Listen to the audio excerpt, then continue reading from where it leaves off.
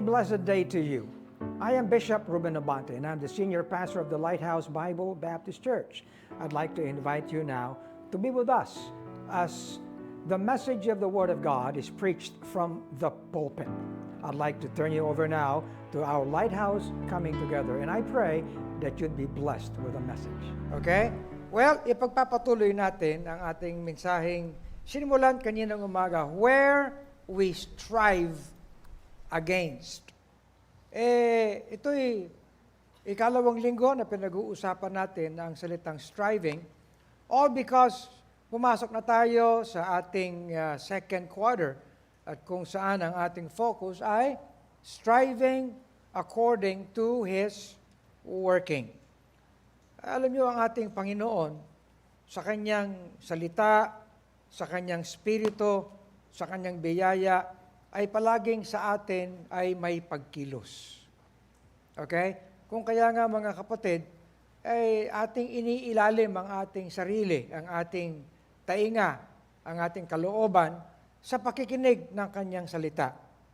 Upang ang Kanyang pagkilos ay laging buhay sa atin. Di ba? Minsan kapag tayo para bang nagiging masyadong komportable at natutulog tayo, di ba? Yung bang inaantok ka na, ala kang ginagawa, anong ginagawa ng mga katabi natin?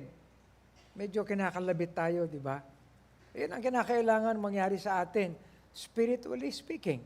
And thus, this kind of a message, where we strive against. Okay? Striving. Yung bang nagpapagal tayo, okay? Nilalagyan natin ng kasigasigan, dahil gusto natin meron tayong direksyon. Nagpapagal tayo tungo sa isang direksyon. Okay? Yung paggawa ng bagay na katanggap-tanggap sa Panginoon at kalugod-lugod sa Kanya. And as we strive toward that direction, meron naman tayong striving against. Pinapaliwanag ko nga kaninang umaga na yung striving against, napakahirap niyan. Okay? Sapagkat lahat ng bigat naririyan. Okay. Now, ang ating pinaka-teksto ay Luke chapter 14 and verses 24 to 35. I'll just read this.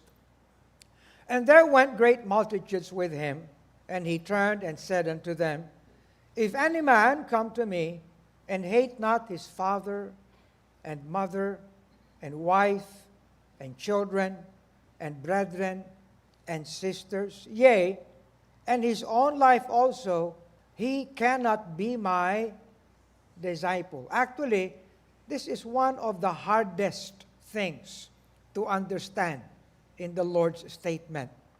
Bakit ba parang may conflict ang pamilya sa pagiging, yung bang maglingkod sa Panginoon? Yun ba yun? Is it a matter of hate na kinakailangang gawin? And whosoever doth not bear his cross and come after me cannot be my disciple.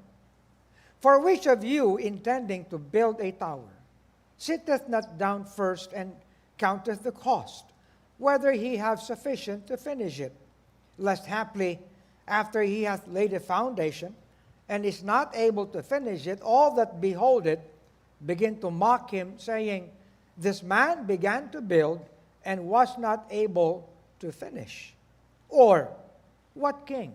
Anong hari?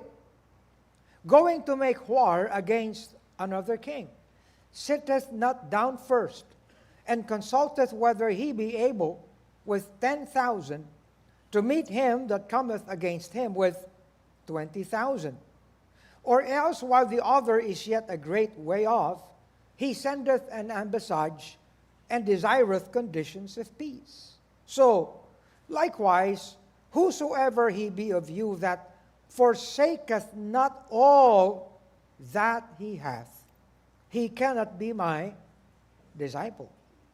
Salt is good, but if the salt have lost his savor, wherewith shall it be seasoned? It is neither fit for the land, nor yet for the dunghill, but men cast it out. He that hath ears to hear, let him hear. And dear Heavenly Father, thank you, Lord, tonight that we can be together, dear God. We come together so that, Lord, we may get to look into your word and listen, dear God, and hear. And Heavenly Father, as your word teaches us, give us hearts open, minds, ears, dear God, that would take heed. Bless us, Lord, tonight, in Jesus' name, and for his sake alone.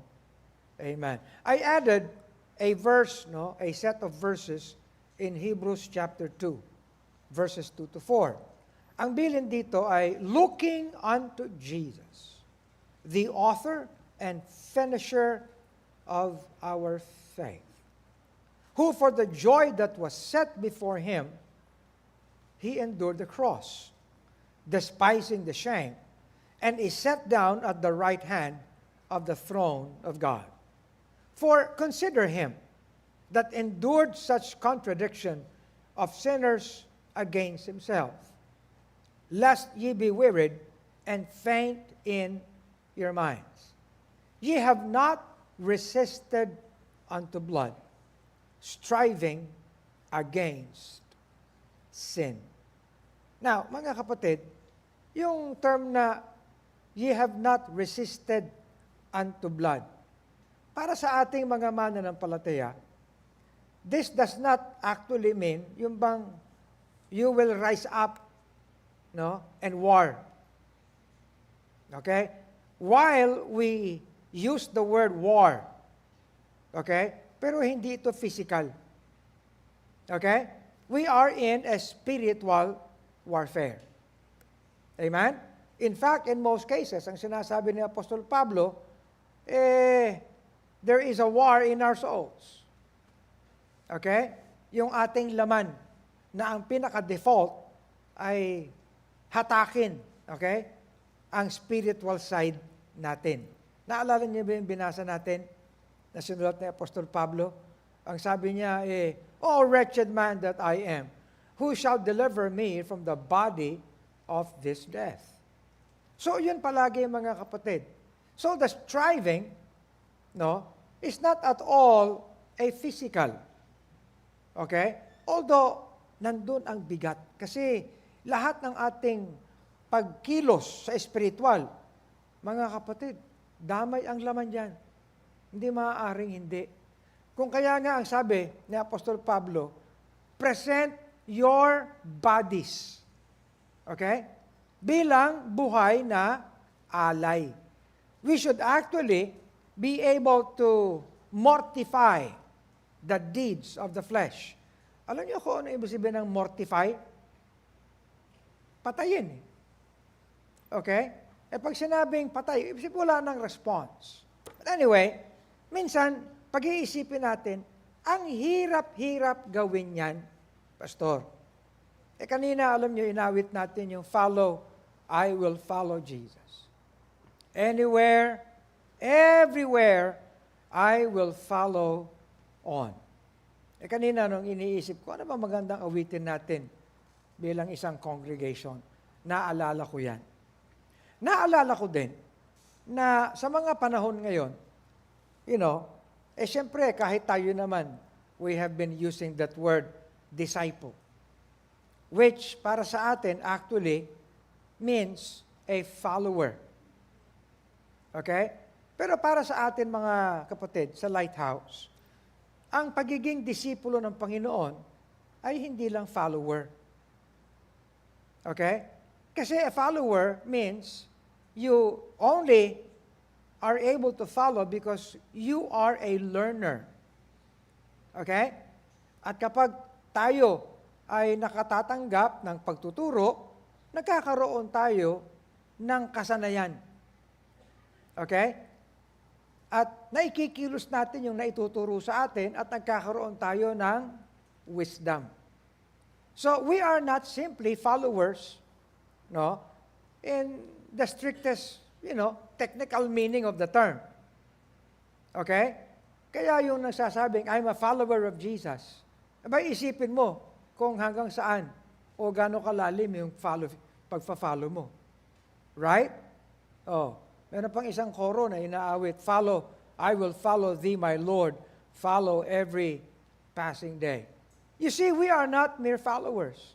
You know why? Sapagkat nasa atin ang kanyang spirito. Nasa atin ang kanyang salita.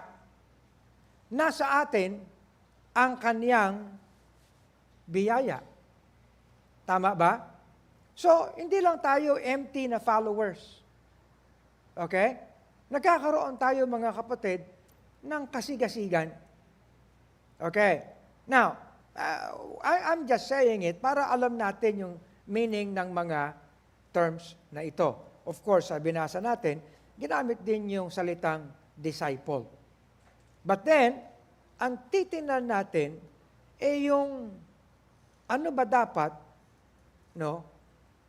Saan ba dapat nanggagaling at ano ang bigat ng striving na ginagawa natin, mga kapatid, considering yung ating pinanggagalingan. Okay? Kaya nga, sinabi ko, mga kapatid, kaninang umaga, na actually, lahat tayo, no? It is a historical trademark of sa Christianity na mayroon tayo, no? Na those who believe in Christ are willing to stake their lives for the cause of Christ. Yan palagi yan. Meron tayong mga songs na sinasabi o inaawit. Naalala niyo ba yung, I have decided to follow Jesus. No turning back, no turning back. Matindi yun, ha? Ang sabi pa noon the world behind me, the cross before me. Tapos mayroon pang verse na ang sabi, though no one join me, still I will follow. Wow! Okay? You know, that would mean a lot of striving. Striving to move forward and striving, no, to some elements sa pinanggagalingan natin. Kaninang umaga ay tumingin tayo sa mga ilang mga talata sa banal na kasulatan that can serve as our example. Amen? Okay. Mismo si Apostol Pablo, yung kanyang pagkakasulat ng kanyang mga epistola sa mga churches, ipinakita niya kung paanong siya mismo, mga kapatid, bilang isang apostol, okay, napakatindi ng striving niya. Habang siya may pagkilala sa kung ano ang nature ng kanyang laman, but then, ang sabi niya, with the mind, I serve Christ. Okay? Yung mga ehemplo, katulad ni Phoebe, ni Priscilla, no? Ni Epaphroditus. Nakita natin kanina yan, hindi ba?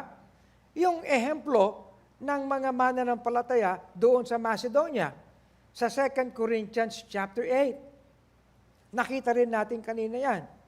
Mga kapatid, mas matindi pa ang kalalagyan nila nung araw. Correct? I do not actually think na kapag sila'y nakikinig ng preaching nung araw, yung kanilang mga upuan ay komportable. Katulad ng meron tayo mga napaka-comfortable na mga upuan ngayon.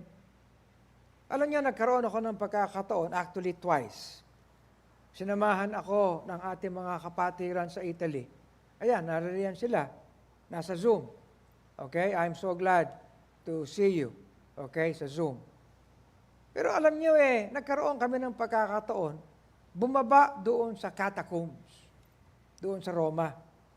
Ikaw ba Robert, nakita mo na ba yung catacombs? Hindi pa. Okay. Well, anyway, alam niyo meron doong entry. Yun nga lang, yung mga entry nila, nilagyan nila ng mga chapel ng Katoliko.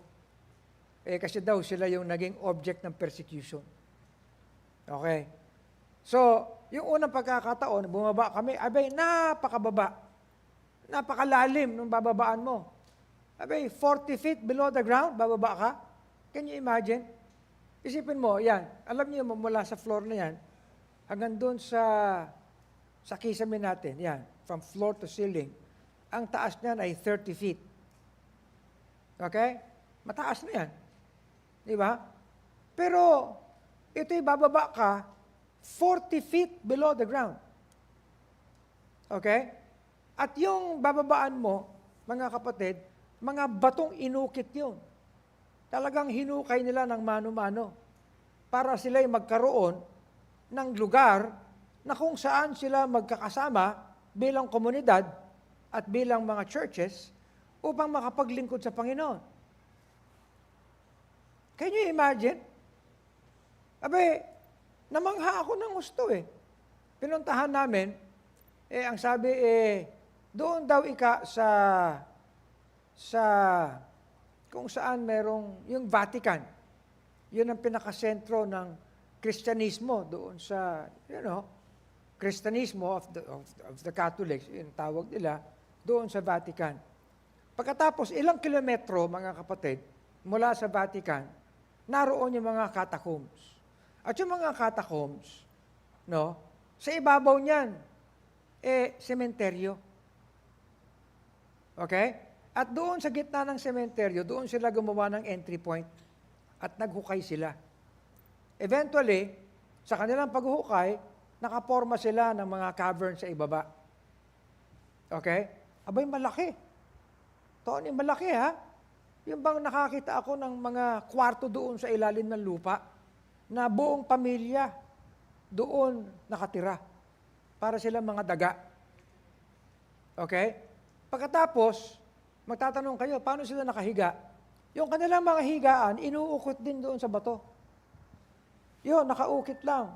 So, kung halimbawa, 5 miyembro ng pamilya, 5 ukit sa wall, at hiwa-hiwalay sila ng kama na nakaukit sa... Can you imagine if just to live their faith? Okay? Naalala ko yung unang pagkakataon, hindi ko makalimutan yung pangalan ng anong tawag doon? Yung nag-guide, tourist guide. Ang pangalan niya ay Simon. Sabi ko, Simon, let me ask. Well, I heard that during those days of persecution, Vatican was the center of Christianity. And in Vatican, they were free to exercise their faith. Yes. Okay. But persecution came. And so, they were Christians in Vatican, and you're saying that they are also Christians here. But they were being persecuted, and they took this persecution to the point that they had to build this catacomb so that they can live out their being Christians. So my question is this: were the Christians in Vatican the same kind of Christians who were down here? Sabi niya, yes. Yes. But why do they need to live under the ground? If they were the same Christians, why would they do all the things, have all the troubles to dig very deep to be able to live? Why don't they just run to Vatican so that they can exercise their freedom of faith? Ang sabi sa akin ni Simon, I don't know, but they were the same Christians. They were just one kind.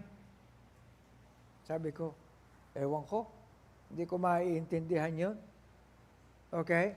Definitely, mga kapatid, hindi lahat ng nagsasabing sila'y mananampalatayang totoo ay mayroong parehong uri ng striving. You know what I'm saying? Ha? Anong palagay niya? Who would be true? Tama? Ngayon pa naman, maraming uri ngayon ng Kristyanismo na, let's do away with striving. Okay na yan. Kung ano lang ang kaya mo, sir, kung saan ka masaya. Yun na yung Kristyanismo mo para wala ka ng kaaway. Tama? Kaya pa, everybody happy. Kaya ang Kristyanismo ngayon, wala nang striving. You just strive to just be like how you want to be, never considering how to be acceptable to our God and please Him. So, you never need to have all the troubles of striving against some things. You know what I'm saying? Abay mga kapatid, medyo dapat tingnan natin itong katotohanan ito. Kasi this is reality for us. Amen? Andyan ba kayo? Gising ba kayo? Reality ito, mga kapatid. Subukan mong yung pananampalataya natin, ipaliwanag mo ng, doon ka lang sa social media, ipakita mo kung saan ka against. Pag sinabi ko, pag hindi ka kinuyog ng mga nasa social media. Tama ba ako o hindi? Kaya yun reality ang striving.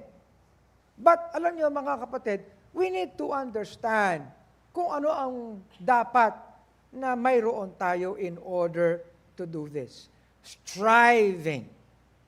Okay?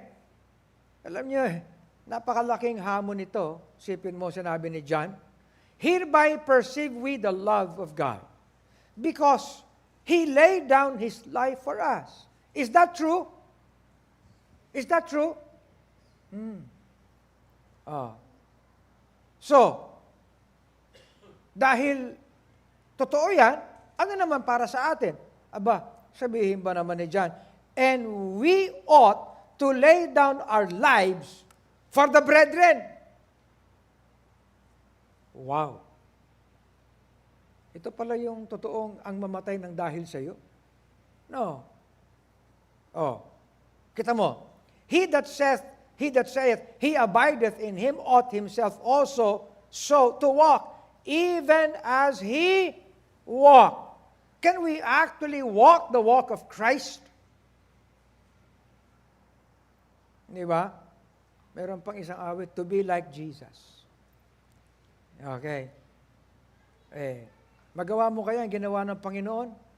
Nung lahat ng ginawa sa kanyang pasakit, wala man lang siyang sinabi. He was as meek as a lamb. Tama ba? Mabuli ka lang sa kalye, gaganti ka, Atty. Moses. Yung bang maisahan ka lang? Okay? Kinat ka rin no? Ikaw ba, nakakat ka ba? Parang nakakalalaki ka. Di ba? Parang gano'n, ano? Okay. Anyway, be ye steadfast, unmovable, always abounding. Mga kapatid, gusto natin ang term na yan. Okay? But let me ask you, yan ba'y walang involved na striving? Ha? Paborito natin yan. Nung araw, paborito ni Tata yan. Steadfast. Can you be steadfast without striving, against some things? Can you be unmovable without realizing that you need to strive against some things? Can you always be abounding? Can you always, hindi lang abounding lang, okay. Sometimes abounding. Okay naman yun, Pastor. Hindi always Always abounding. Where? In the work of the Lord. Ano nyo na naalala ko? This was my very message nung araw nung ako yung naging official na senior pastor ng Lighthouse. My very first message. It is in the work of the Lord. Ang sabi dito, in the work of the Lord. Sa gawain ng Panginoon, tayo dapat steadfast. Tayo dapat unmovable. Tayo dapat always abounding. Pero ang kasanayan natin, steadfast tayo, unmovable tayo sa mga business natin. Tama, ano? Siyempre, kabuhayan mo yun Pastor, mas mahalaga ba yun sa kabuhayan? Di ba? Diyan nalilito ang maraming tao. Kapag halimbawa, pag-uusapan itong mga ito, para bang naiinsulto sila. Pastor, alam mo, yung conviction sa spiritual, personal yan. Hanggang dyan ka lang, Pastor. Okay? Kanya nga lang, ang problema natin sa Lighthouse, pakialamero yung pastor natin dito Kahit personal pinapakialaman. Hindi ba? Well, Mga kapatid, yun ang spiritual eh. Saklaw lahat eh. Tama ba? Ha? So, there is always a cause to doing the will and the work of Christ. It cannot be without. And there is always a beginning to a concerted effort. Alam niyo yung mag-solo, madali eh. Solo lang eh. No, di ba dada, no? Wala ka nang aalalahanin na makikisabay sa iyo. Di ba? Minsan, challenge po yung magsabayan kayo, pagkakanta kayong sama-sama eh. Kaya solo lang. Kaya maraming magaling mag-solo. Okay? Nagiging medyo, okay pa kung duet siguro, okay. Kung trio. Paano kung quartet dick? Iba na yon. Okay? Tapos, ang leader mo pa sa quartet, katulad ko. Abay, paulit-ulit tayo yan. May lalo na, kapag kayo nag-collab. Tama, ano? Ano palagay mo, Jumeng? Mahirap yun. Tapos, sasabihin ni Pastor, mamaya, may testing tayo, ha? Opo. Sige. 3:30. Baba ako ng 3:30. Nasaan sila? Wala pa po. Mahirap yun Paano ka magsisimula? Di ba, Annette, ano? Hindi naman ako nagpaparinig, pero yun ang challenge dun bakit? Kayo lang ba may striving? Kami. Gusto mo, sarilinin mo yung striving Anyway. So, yun lalo pa dito sa atin sa Lighthouse. Ang sabi natin abay, hindi lang para sa isa, para sa lahat. Yung ating Lighthouse Manifold Grace Center. Kaganda niyan. Kaganda. Para kanino ba yan? Para sa akin lang ba yan? Abay, hindi. You see? Yung Lighthouse Theater Philippines. Alam niyo, nung tinitan ko kayo kahapon, ako talagang, Robert, sabi ko, okay, alam mo, ang bawat isa dyan, may personal na kinalaman si Gina. Have you ever thought about that? Nagsimula kay Gina. Palagay ko naman, kahit kinakausap niya kayo ng sabay-sabay, ang dating sa inyo, kinakausap kayo individual. Correct? Yung coaching na ito, napakaganda You see? Sa amin lang dalawa ni Gina nagsimula yun pagkatapos, isipin mo, naalala niyo ba na yung ating Lighthouse Theater Philippines, nag-perform kayo doon sa grandstand? Ang bigat nun, ha? Ang laki ng dating nun. Okay? Pero grandstand lang naman yan. Manifold Grace Center, yun ang maganda. Okay? Kumusta ba yung pakiramdam nyo kahapon nung nagpe-perform kayo na walang problema yung audio? Ano palagay? Sino ba nandito? Ha? Ikaw, Dada, maganda ba? Maganda? Lipat na lang tayo ron? Bira. Ewan ko ba kayo?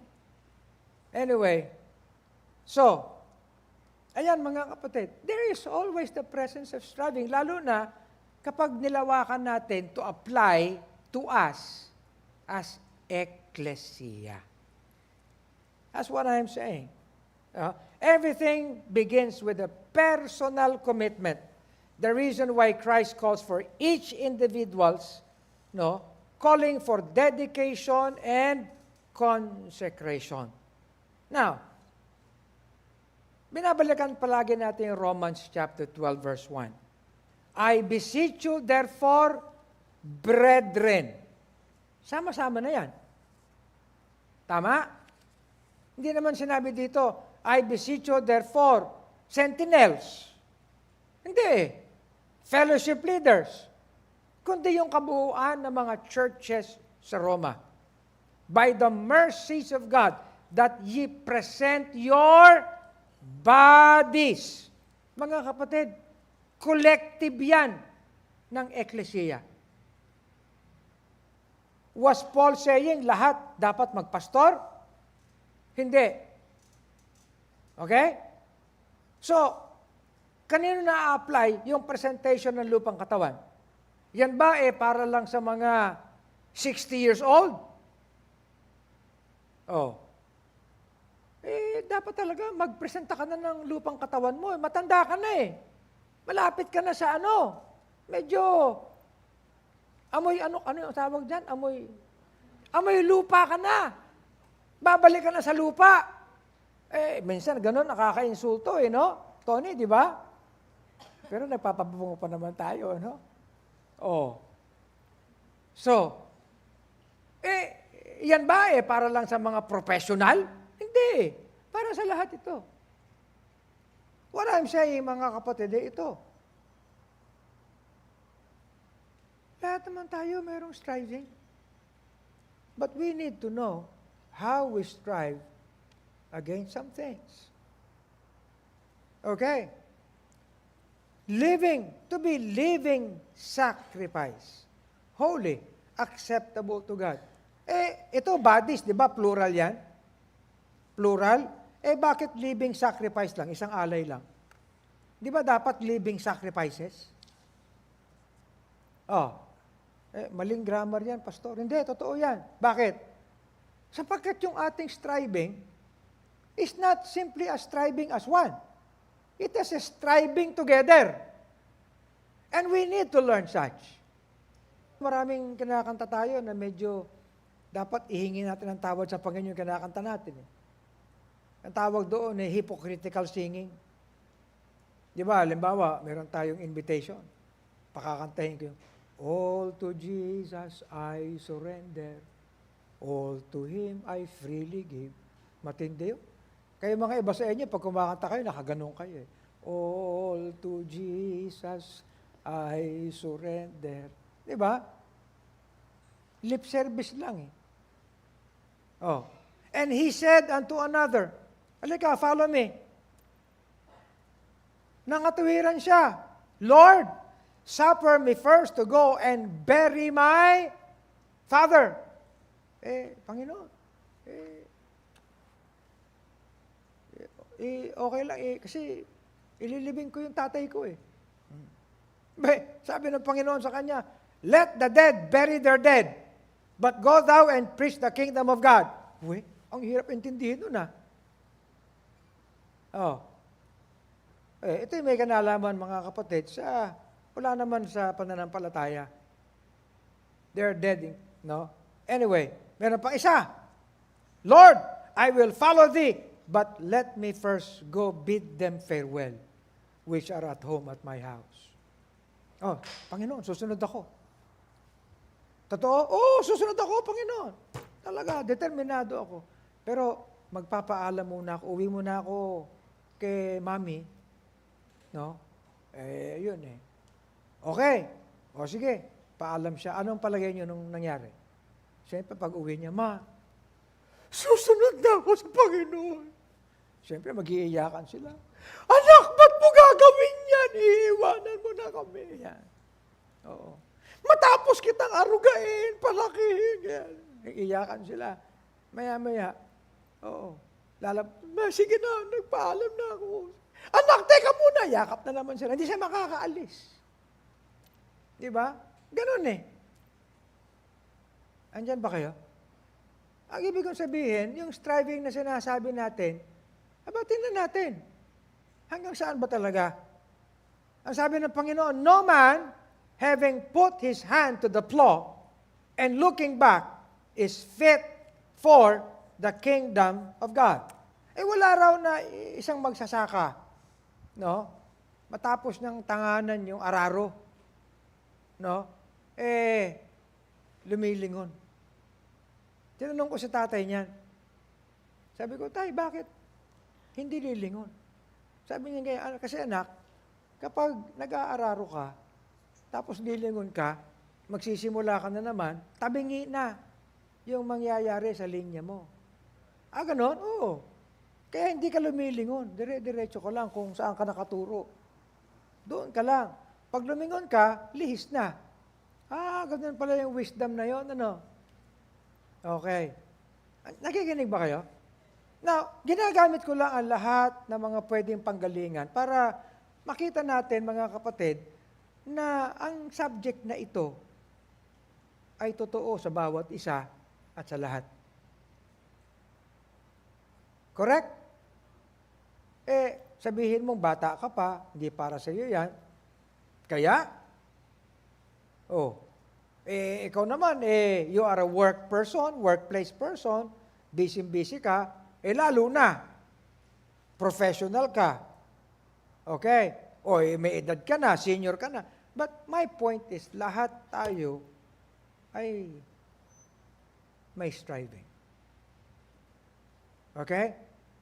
Now, lahat tayo may laman. At lahat tayo mayroong laman loob. Ano yung laman loob natin? Lust. Tama? Ha? Lust.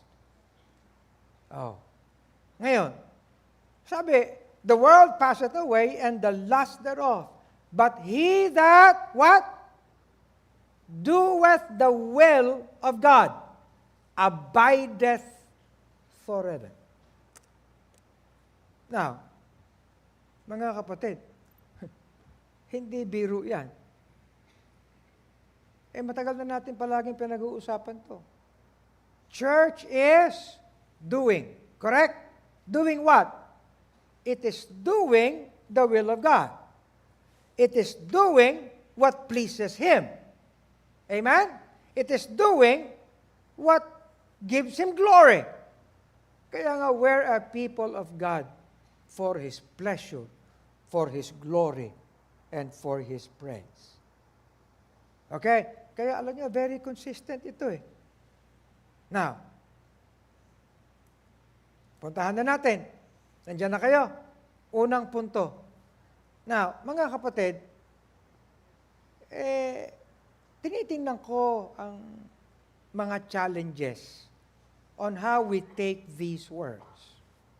If any man come to me and hate not his father and mother and wife and children and brethren and sisters, yea, even his own life,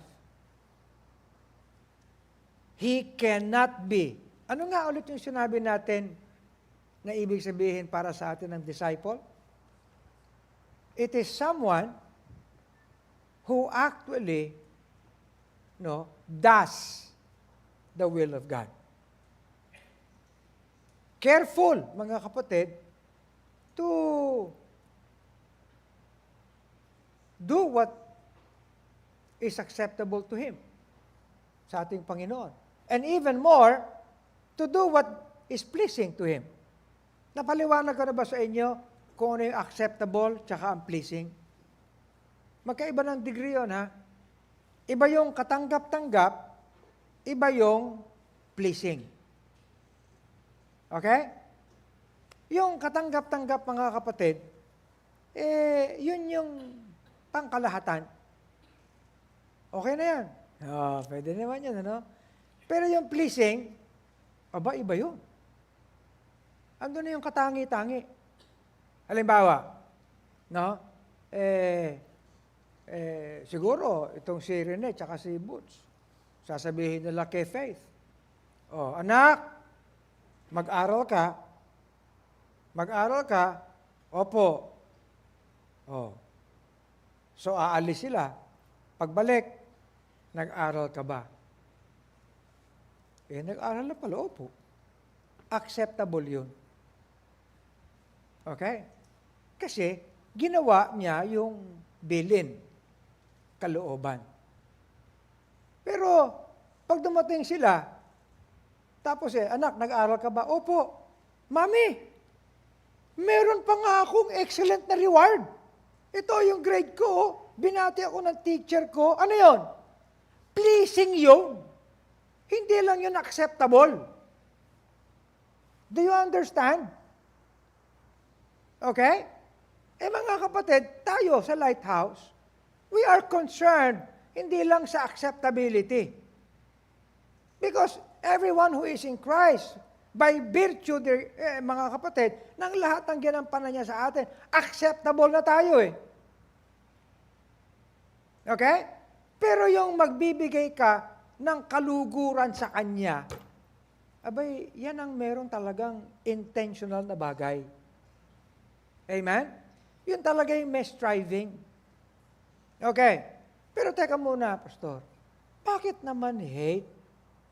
Kung tatagalugin mo yan, sino man na sa akin ay susunod at hindi niya, anong equivalent niyan?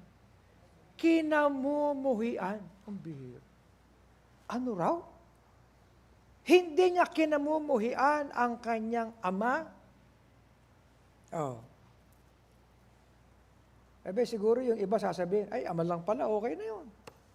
Tatay ko naman, tamad eh. Lasenggero pa, okay na yun. Eh, meron pang mother, nanay. Abay, iba na ito. Abay, dinamay pa yung wife. Ay, naku, delikado ito. Lalo na yan, pambihira. Mamuhi ka na sa biyanan mo. Huwag lang sa misis mo, patay ka. Hindi ba? Oh. Tapos makakarinig ka ng preaching. Di ba? Anong sabi ng isang happy wife, happy life. Narinig niyo ba yan? Happy wife, happy life. Eh, anong tawag mo dyan? Dinama yung wife. Eh, kaya ang hirap pala maging Kristiyano, Pastor. Huwag na lang. Teka muna. Eh, bakit may children? Eh, kayo ba, Mark, ikaw, Des, kayo ba gusto niya magkaanak? Eh, saka na natin pag-usapan yan. Hindi niyan pa namang kasal eh. Oo. Pambira. Eh, itong Quezon City na ito, hindi ko maintindihan eh. Pag-aralan mo nga ito rin eh. Ako ang pastor ng mga ito. Abay, binigyan ko ng certificate. Binigyan ko ng certificate ng counsel. Eh, kinakausap ko to eh. Ayaw tanggapin yung counseling kong certificate at dapat daw sila ang mag-counsel ng family planning ba yun? Ba't ganyan yung mga local government natin? Pag-aralan nyo nga yan, kayo mga nasa local government. Abay, sinasalahula nila eh. Kapag nagka-problema ba yung mag-asawa, sasagutin nila? Nasaan sila? Para naman tayo naglolokohan dito eh. Eh gusto kong pasulatan kay Atty. Moses eh. Ba ayaw tanggapin yung certificate ng pastor? Kaya sana nakikinig kayo mga nasa local government. Pag ako hindi man. Mali eh. May sino ba dapat ang mabigyan ng counsel dito? Anyway, yun ang pinag-uusap. Minsan nadadamay tuloy yung ibang topic eh. And brethren and sisters, lalaking kapatid, babaeng kapatid, okay na sana. Eh, dinamay pa yung sariling buhay. Sobra naman yan. Tapos, hate. How can you hate your own life? Andiyan ba kayo? Kaya sabi ko sa inyo, ito ang isa sa pinakamahirap intindihin na sinabi ng Panginoon. At lalo pa, ibubuhay mo. Di ba? Eh, yung mga nag-aaral, nag-a-advocate ng disciple making, pinag-aaralan nyo ba yan? Di ba? Pa-disciple lang. But that's in the Word of God. Eh, Pastor, talaga mahirap yung intindihin. Wag na lang. Ba, tinuturuan tayo ng Panginoon to hate our relations. Sobra naman. Magagawa ba natin yan?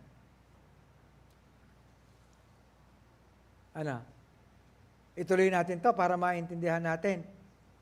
Di ba? Eh, kasi totoo, ang hirap intindihin eh.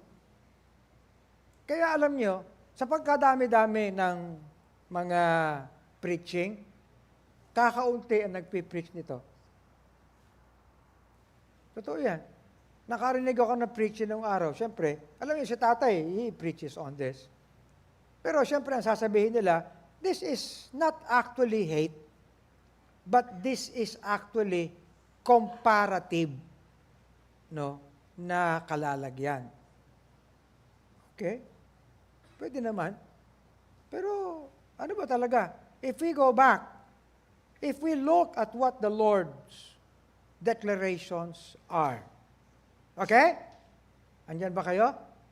Kaya alam niyo ito yung mga kapatid, this is not being preached just for me to be able to preach. This is an equipping for us. Amen? And not just individually, but as a church. At dadalhin natin ito. And may I tell you right now, mga kapatid, hindi ito mahirap na gawin. Sapagkat meron tayong pananampalataya eh. Okay. Pero ano ba talaga ibig sabihin? In one passage, in Matthew chapter 12 and verses 46 to 50, ito ay nakalagay na narrative. While he yet talked to the people, behold, his mother and his brethren stood without. So, ito yung senaryo. Ang Panginoon, siyempre, maraming tao nakapaligid sa Kanya. He was ministering to them. Okay? They would ask questions. He would teach them. They would give them parables. Yung mga may sakit, pupunta sa Kanya. Yung mga bata siguro. So, many people were gathered about Him. And so, anyway, the people were around Him. Dumating si Mary. Okay? And I would think, dahil nakalagay dito, his brethren stood without. Sino ba yung on record sa Bible ng mga kapatid niya? Ha? Jude was one of them. Okay? Oh, James was one of them. Ibig sabihin, mga kapatid niya yon kay Joseph. Okay? So dumating. Hindi ko alam kung sino nasabi sa kanya na mga disciples. Sabi, Panginoon, nariyan yung inyong nanay, si Mary, at yung inyong mga kapatid. Nandoon sila sa may labas. At gusto kang makausap. Ayun. So, the one said unto him, Behold, thy mother and thy brethren stand without. Nandyan sila sa may labas, desiring to speak with thee. And take note of what the Lord said. But he answered and said unto him, that told him, Who is my mother? And who are my brethren? Siguro nagulat yung nagsabi sa kanya, Panginoon, nandyan yung kanya nanay mo, tsaka kapatid mo. Sabihin ba naman ng Panginoon, sino ba ang aking nanay at sino ba ang aking mga kapatid? Narinig niya ng ibang tao. And he stretched forth his hand toward his disciples. Okay? Tinuro niya yung kanya mga disipulo. At alam niya, di ba, ano nga yung term natin ng disciple? Anong ibig sabihin? Sila ang gumaganap. They are not simply learners, students, followers. They are people who are taught to do the will of God. Amen? To do what's acceptable to Him. And to do His pleasure. Amen?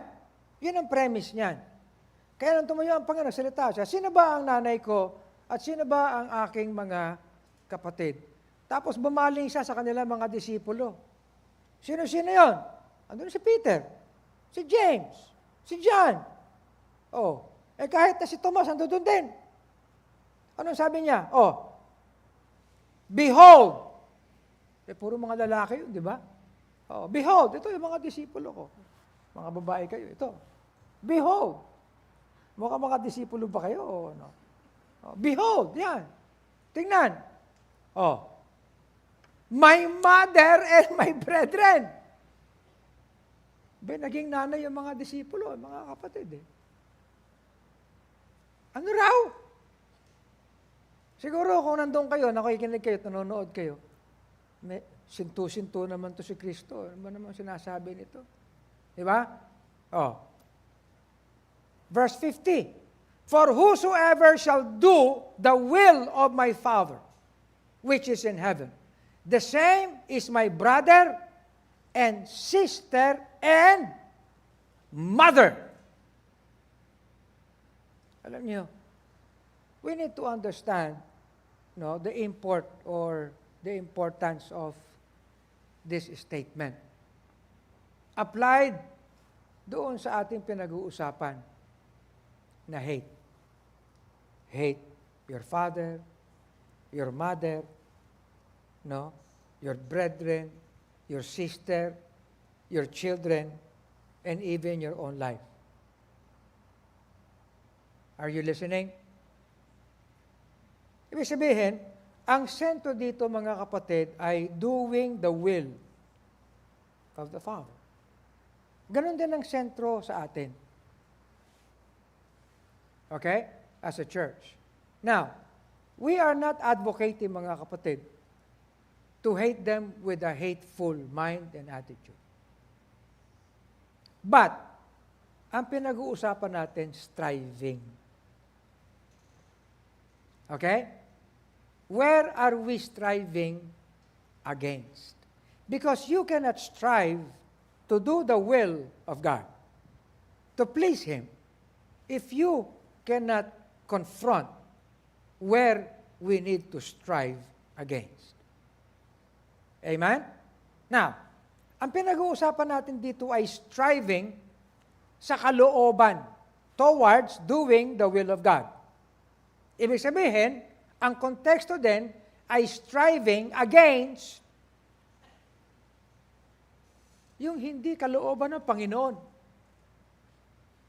Tama? This is not a striving to persons, but this is a striving to what affects how we do the will of God. Correct? Dinadahan-dahan ko ito para hindi tayo nalilihis. Baka mamaya umuwi kayo. I hate you! How? I hate you. I hate you. Hindi ganun. Ang pinag-uusapan natin dito, yung striving. We strive to do the will of God. Therefore, striving dito, meron tayong striving against. Ano yung against the striving na ginagawa? Yung not being able to do the will of God. Lahat ng hatak. Naintindihan nyo? Amen? Okay. Ngayon, bilang sila mga Jews. Okay? Juice. Pineapple juice, orange juice, grape juice. Tinitanong ko lang kung nakikinig kayo. Kaya yung mga iba sa inyo, wala. Hindi ko maklase mga itsura ito. Nakikinig ba ito? Naintindihan niya ba yung striving na sinasabi ko? Ha? Oh. Anyway. Ito, basahin natin. One other thing. And when they come from the market, market naman ito, namalengke. No. Except they wash, they eat not. Sino ito? And many other things there be which they have received to hold, as the washing of cups and pots, brazen vessels, and of tables. Yan ang ginagawa nila. Lahat hinuhugasan. Okay? Siyempre, okay naman yun, di ba? Yung pagbibili ka ng, ano ba bibilin mo? Yung mangko, bowl, sa market, di ba? O bibili ka. Siyempre, bago mo gamitin, huhugasan mo muna. Okay? Ang problema ng mga Pariseo, lahat hinuhugasan. Hugas ng hugas. Hindi ko nga lang alam kung mahilig sila sa alcohol ngayon. Okay? Anyway, so yun talaga ang gawa nila. Bakit? Ha? Tingnan natin kung bakit. Then the Pharisees and scribes asked him. Ito, magkakasama na sila. Ito mga Pharisees at mga scribe, magkalaban to eh. Pero pagdating kay Kristo, magkakampi sila eh. Why walk not thy disciples according to the tradition of elders. Bakit lumalakad ang iyong mga disipulo, yung gumagawa ng kalooban ng Diyos? At sila ay hindi lumalakad sang-ayon sa tradisyon ng ating mga, ano ba yung mga elders, mga ninuno siguro, or what? Yung nuno, ano yung nuno? Iba naman yun. Ha? Ano yung nuno? Iba yun. Iba yung nuno sa punso, iba yung ninuno. Okay. Sabing ganyan. Ang ginagawa, but eat bread with unwashed hands. But ginagawa nyo yan. Kami mga Pariseyo, lahat hinuhugasan namin eh. Bago namin isubo yan, lahat dapat nililinis namin ang aming mga kamay. Tama naman, hygienic naman yun. Pero sa kanila, it was not a question of hygiene. It was a question of tradition. Okay? He answered and said unto them, well, hath Isaiah prophesied of you? Hypocrites! Sabi ng Panginoon. Kaya nga si Isaiah, nagpropesya tungkol sa inyo. Anong Tagalog ng hypocrites?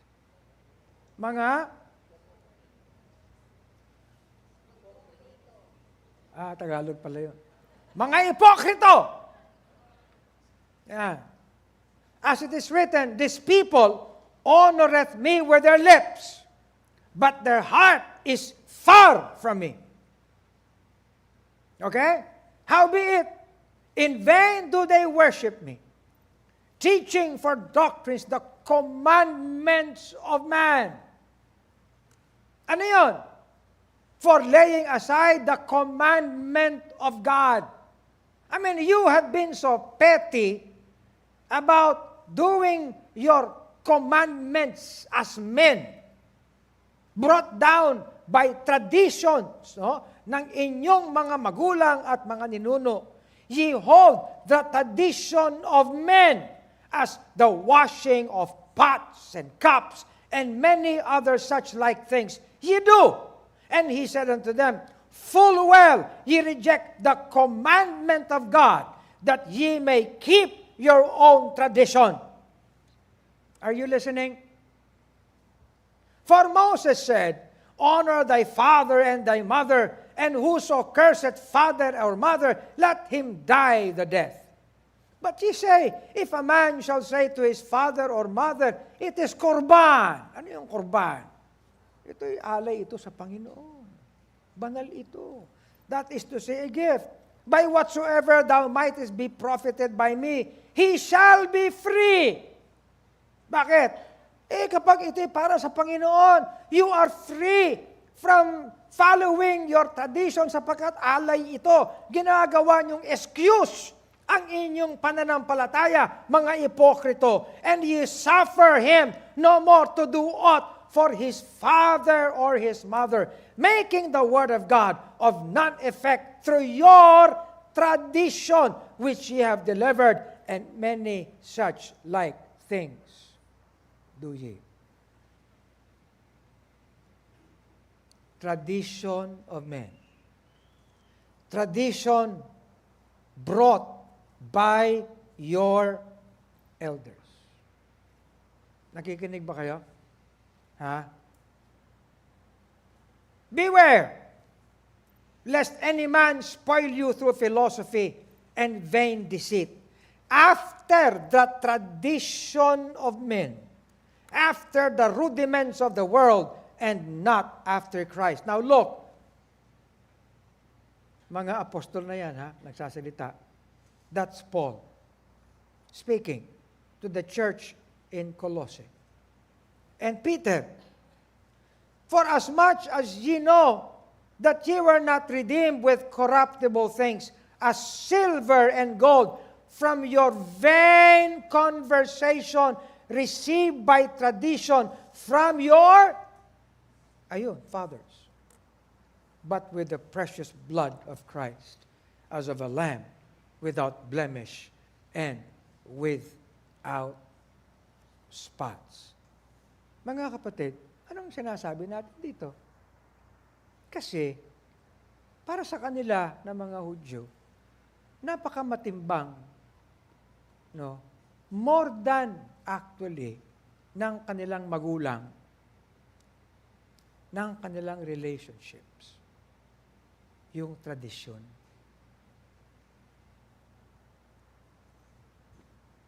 Kausap ko si Atty. Al Pareño. 6:00 na. Ba't ang bilis ng oras? Mali yata yun. No, anyway. Kausap ko si Atty. Al Pareño. Si Atty. Al Pareño ngayon, siyempre matalik kong kaibigan yan, siya ngayon ay naka-base sa Tel Aviv University. Kilala mo yun rin eh. Oo. So, nagkikwentuhan kami. So, sabi ko kumusta ang mga Israelitas ngayon? Kumusta ang kanilang yung pag-iingat ng Torah, pag-iingat ng wala naman silang Christ. Wala. Pastor, sabi niya, alam mo sila, hindi naman relihiyon pinag-uusapan namin yung paano ba maging Hebreo, paano maging Israelita, paano maging Hudyo. Those are 3 names. Hebrew. Okay? Israel. Jew. Yan. Okay. Ito ang nangyari dyan. Siyempre, si tatay nung araw, pag tinatanong natin, ano ba ang pagkakaiba? Pag sinabi nating Hebrew, lingwahe nila yan. Hebrew. Pag sinabi nating Israel, bansa nila yan. Pag sinabi nating Jew, kultura nila yan. Okay. Pero hindi lang yan ang explanation dyan. Meron dyan ang period. For example, pag sinabi mong Hebrew, ang pinagmulan niyan ay si Abraham. Okay? Hebrew. Pag sinabi mong Israel, nagsimula yan kay Jacob. Okay? Pag sinabi mong Jew, nagsimula yan sa tribe ng Judah. Judaism. Okay? At pag pinagyaman niya, bago dumating na ang Panginoon, kaya nung dumating ang Panginoon, Jew na yon. Okay? But what we're saying is this. Sabi ko, yung pagiging Jew, ano sa kanila yun? Religion pa ba yun? No. Kultura lang yun. It's just a tradition. They are just doing a tradition. Talaga? O wala yun. Parang yung marami sa atin dito, Katoliko, sinasabi nila, Kristiyano raw sila, pero nagse-celebrate ng Pasko, wala naman yun eh. Nagse-celebrate ng Holy Week, wala din naman yun eh. Di ba? Sa mga Katoliko nung araw yung Holy Week, bawal kang maligo, bawal kang kumain ng karne, di ba? Ano pa? Maraming bawal. Ha? Bawal mag-swimming. Totoo? Siyempre, maligo nga, bawal, swimming pa. Ang bihira naman. Oo. Wala. Ano na lang yan kultura, tradisyon. Paano ka ako? Nagpa-Passover pa ba sila? Ay, oo. Paano lang ginagawa yung Passover? Ano lang. Yung bang tradisyon lang.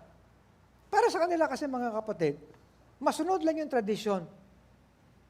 Kaya, a father, a mother, a wife, children, brethren, sister, it's nothing. It's tradition. Okay? Tradition. Yung bang, anyway, kaya maraming mga lugar, hindi lang sa kanila, alam mo, mga clanish ang mga Israelites. Okay? It's just a culture. Kahit naman sa mga Chinese, di ba? Mahirap paghiwalayin yan. You see? Mas mahalaga yon. It's not a hate to relationships, but it is a hate to tradition that we need to strive against. Nakikinig ba kayo? Abay, kahit nga sa atin matagal ka ng Kristiyano, yung swerte, hindi mo pa mapaalis. Hanggang ba naman ngayon, Kristiyano ka na? Nagbibiting ka pa ng nabulok na grape. Di ba? Bulok na nga yung grapes, nakabitin pa hanggang doon. Bakit? Bakit? Swerte. Ano ba naman? Tradisyon yan Nakikinig ba kayo? Ha? Ano ang tawag mo doon? Yun talaga, ang talagang striving against. Dito, kanina may natatatambol na naman dyan. Ano ba yun? Nung araw nung associate pastor pa ako, syempre, nakaganon pa ako. Tigil. Ano ba ako nung ang itim-itim? Tradition to, tradition, sabi sa akin. Kita nyo na? That's it. Minsan ang hirap papaliwanag, ba't gano'n ang statement ng Panginoon? Sino ba natuturo ng tradition sa atin? Hindi ba tatay mo? Nanay mo? Sino ba nagpapahalaga nun? Hindi ba sila? Saan mo natutunan yun? Sa kapitbahay? Hindi Pinagyaman niya at pinagtibay ng mga relationships natin. But do we need? No. Ito yung traditions, mga kapatid. Kaya ang sabi ni Peter, we are not redeemed by corruptible things. Alam niyo yung tradition na nangyari sa ating mga pamilya? Lahat, mga kapatid, hindi lang swerte. Lahat dinamay na. Nakikinig ba kayo? Ha? Tayo mga Pilipino, ang dami niyan. Mga kapatid. Wala namang kinalaman sa pananampalataya. Yun lang, as empty as they are. Amen ba? Wala namang kinalaman sa katanggap-tanggap sa Panginoon o kaluguran sa Kanya, but they are as empty as can be. Pero, sinusunod natin. Correct.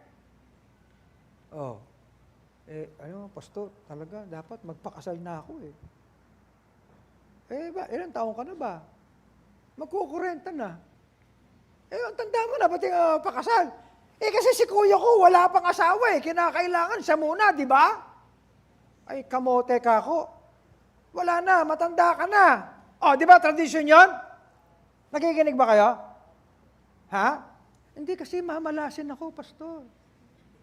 Malas yan. Kaya, alam nyo, pati yung ating pagiging fruitful sa Panginoon, hindi natin magampanan. Bakit? Nag-entertain tayo ng mga ganyan, na mga sabi-sabi, na nagpasa-pasa na. Tapos sasabihin, alam mo, sabi-sabi nga ganito Nakikinig ba tayo? Yan ang ibig sabihin yan. Diretsahan yan, mga kapatid. Kasi, marami naman hindi naman maipaliwanag ng ganyan yan. Akala, tuloy, hindi lang natin maintindihan. Yan mo na, kahit di natin maintindihan, tanggapin na lang natin kasi pananampalataya. Mali din. Kaya di tayo natututo Are you listening? Yun ang ibig sabihin yan. Kaya mga kapatid, medyo,